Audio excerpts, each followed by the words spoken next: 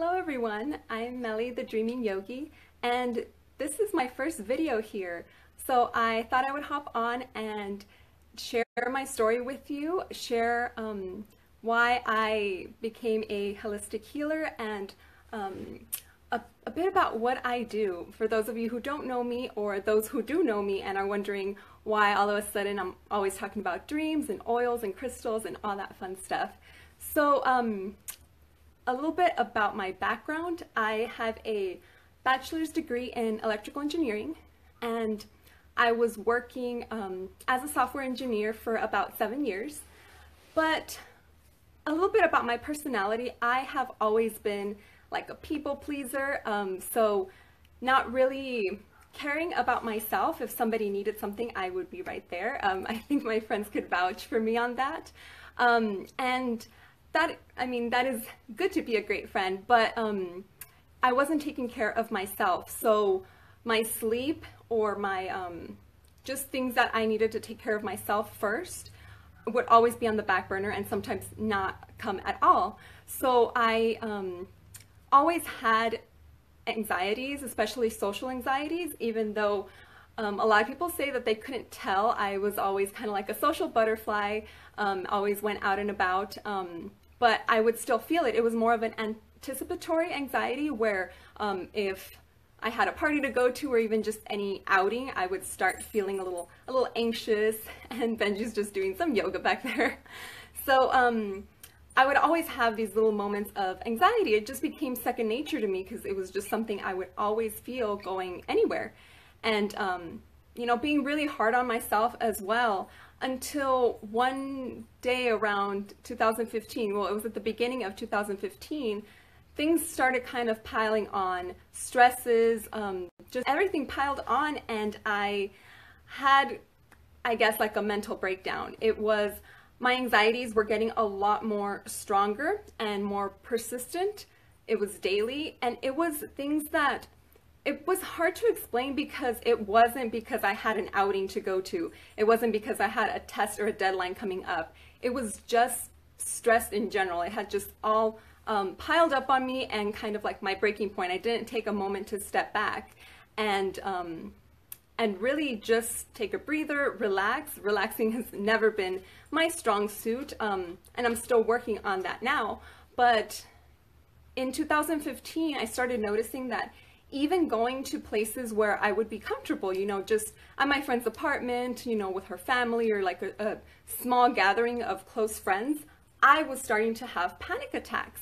And it was really strange for me because, you know, this was scenarios that I was used to and that I was comfortable with. You know, I used to go out a lot, so having a panic attack, and I remember my first panic attack was at a live concert. And I was with my friends, and I just started feeling out of the blue, it felt like, shortness of breath.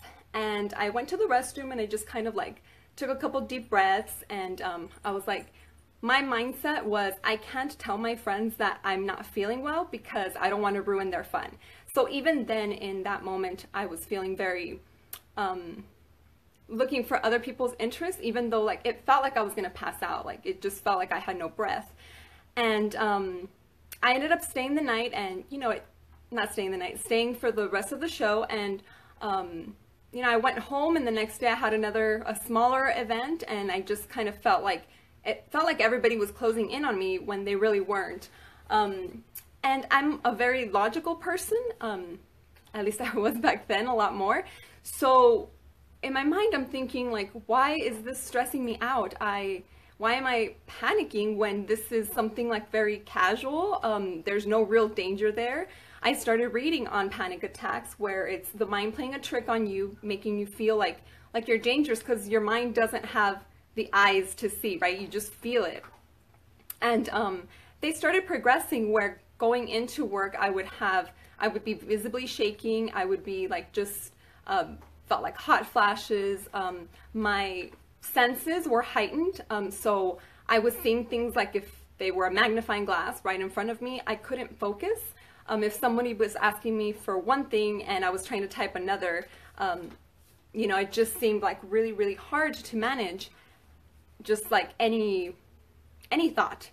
And so as the time progressed, having daily panic attacks, it turned into agoraphobia. So for a good period of that year, I did not leave my house. I did go on disability. I was seeing a therapist, and then I saw a psychiatrist who helped me move past that through exposure therapy. I did have to go on medication, which I said from the beginning that I didn't want to be on medication the rest of my life. And I was at a point where I could step back from it. So I did do exposure therapies, and I read a lot on the mind and panic attacks, how they happen, how to stop them. I was going all over the place reading different things without like really a structure. I'm a pretty big nerd, so I did find it fascinating that I wasn't in control of my mind and felt like I wasn't in control of my body either. During the time that I was agoraphobic, I couldn't leave my apartment without already feeling like there was danger around me. And as it progressed, I wouldn't even leave my room. So I share about this in my other groups, but it's a little hard to remember a bit. But I want to share it because during that time, I felt really embarrassed. I felt like I couldn't share what I was feeling because, I mean, I worked with mostly guys in the engineering team, and I thought like, oh, people are just going to think like, oh, she's just being a girl, or like, oh, she's just, you know, can't handle it or whatever. And I felt really embarrassed, and I felt alone, not because I didn't have people to support me, because I really did. My family and my close friends really helped me out, even with like inspiring and motivational texts and looking out for me. So it wasn't that I was physically alone, but I felt like nobody was, like I was alone in feeling this way. Like it was hard to explain. It was hard to, just put in words why I was so nervous, what was scaring me from leaving my apartment. And actually my coworkers were very understanding when I did come out and tell them what was going on, and I was able to take some time off and take care of myself for that. So luckily now I am no longer on anxiety medication. It was diagnosed with secondary depression as well, because I was so beating myself up so much for missing out on things, for not living my life and just being in this little bubble. During that time, I also met a meditation coach, which I recently found on social media, Kim Balzan in Phoenix. And she really opened me up to all of this holistic health. When I was feeling these symptoms, I was going to the doctor in and out, but being agoraphobic, it was really hard to stay in the waiting room. It was like a constant battle, but every time I would go, my doctor would just be like, you're fine, you need anxiety medication. And for a long time, I tried to stay away from that. Like I said, I did have to go on it, but it was for a short period of time because I had let it go so far unattended. But when I met Kim, my meditation coach, she introduced me to essential oils, to crystals, to sound bowls, to all of that fun stuff. And the first time I met her, I went to the studio that she taught at, and I was really nervous. This was when I was still driving, because when at the peak of everything, I just completely stopped driving for a while. So I met her, and I was still visibly shaky and pretty emotional. Like I was telling her what was going on, what I was feeling, the best I could, because I couldn't even describe it myself.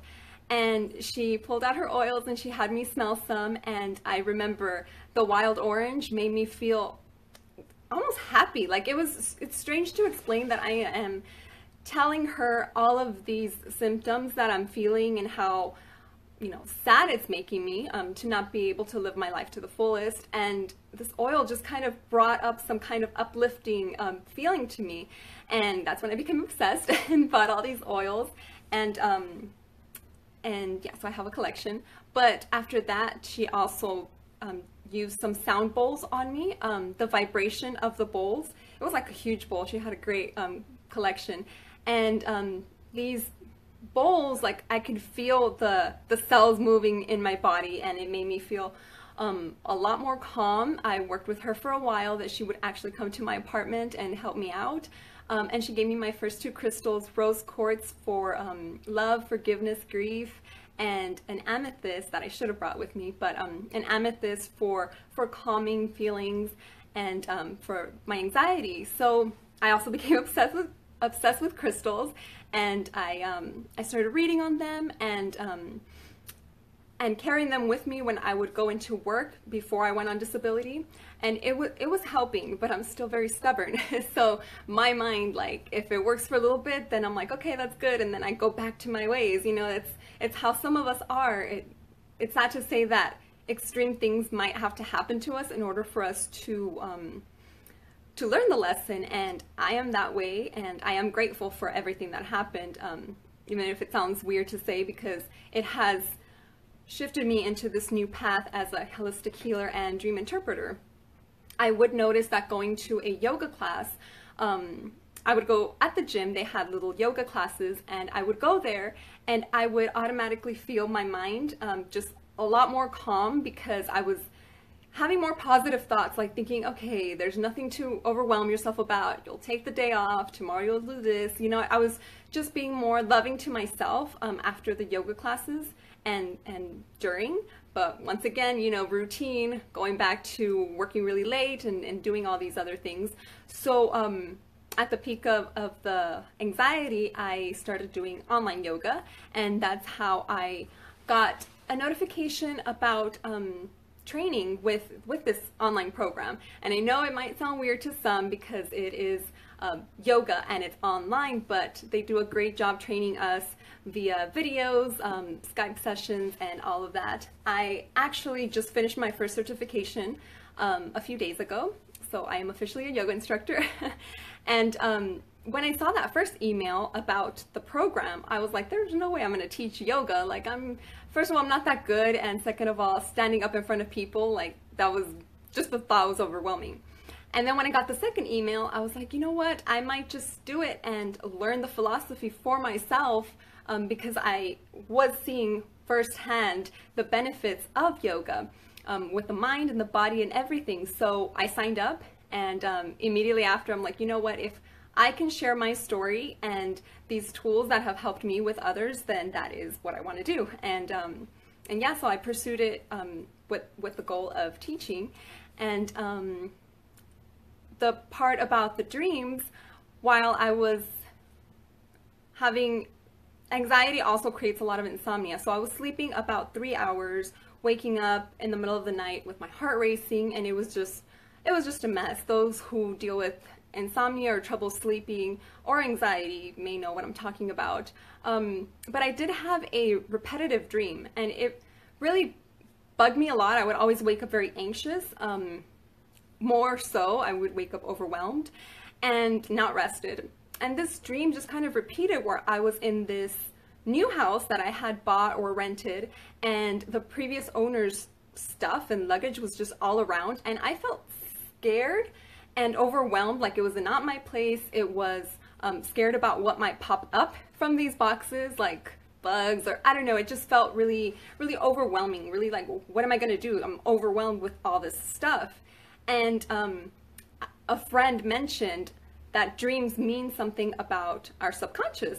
So I had always heard kind of the superstitious mom tales, maybe my mom's the only one that does that, but about if your teeth fall out in a dream, then someone's gonna die. If there's a wedding in your dream, someone's gonna die. I think they all deal with death in the superstitious dream world somewhere. I don't know where she got it, but that's what I would hear. So when I started looking up interpretations as subconscious, as dreams being symbols that the subconscious mind is trying to tell you, that resonated with me a lot more. That the house represents your whole mind, body, and soul.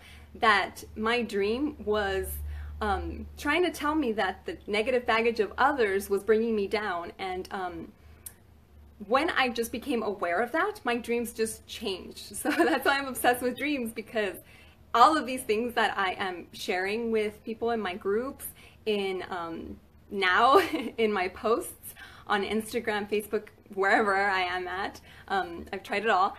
I have experienced it firsthand. So this dream, just by becoming aware of the meaning, it started changing on its own. The next time I had the dream, the same scenario, but I was thinking with more of a problem-solving mind, where I was thinking, well, I'll call a friend to help me clear things out, or I'll call maintenance and they'll get rid of it. And then I started having dreams where I was a little bit excited of, oh, what am I gonna find? Maybe they left like some fun game board here or something. And finally, the last dream I ever had in that house series was I was in an empty house where I was the only well, yeah, I was the new buyer. It was just my mom, my dad, and the landlord lady, or the realtor. And the house was beautiful. I loved it. It was completely empty. And my mom made a comment, maybe that she didn't like some parts of it, but in my mind, I was like, it doesn't matter because I love it and I'm gonna go for it. And that part represented that I was gonna do more of what I wanted, thinking more, not thinking as much what other people thought, as long as I was okay with my decision, which has also been something I struggle with. And I also noticed that the main entrance door was very narrow, it was very skinny, and that meant that I was going to be more selective with who I let in my life. And after that, I didn't have any more dreams, so I started studying a lot more about dream interpretation, and I became a certified dream interpreter last year. I also became a crystal healer and tarot reader through the essential oil team that I'm in, and I'm an essential oil educator. So all of these things have a story, a very meaningful story for me, and I've seen its benefits. Like I said, I'm very stubborn and hard-headed, so for these tools to work for me, and I did use these tools with the help of a professional, with the help of my psychiatrist, but I overcame it. I'm no longer agoraphobic. I am no longer on medication, and now I get to share through blogs, posts, workshops, and anyone else out there that is struggling with this, just know that you are not alone. You can reach out to me. I have a lot of free Facebook groups. I post pretty much every day, and I have resources for you guys. I have a really good book that I found on Amazon. It's on my blog, that helped me understand the cycle of panic attacks, and that kind of helped me be a lot less harsh on myself, because there is a cycle to it, and once you understand it, it becomes a lot easier. Just remember, panic attacks don't last forever. So I'm not like a medical or anything like that, but I could share my experiences and do the best I can to guide you in the right direction. So that is my story, and how how all these holistic tools have helped me, and how I hope to help you guys through these posts and videos. I am going to be doing a lot of unboxings as well, and I want to be more active on this page. So I just wanted to hop on, share my story. Thank you for watching, and yeah, I will see you next time. Bye.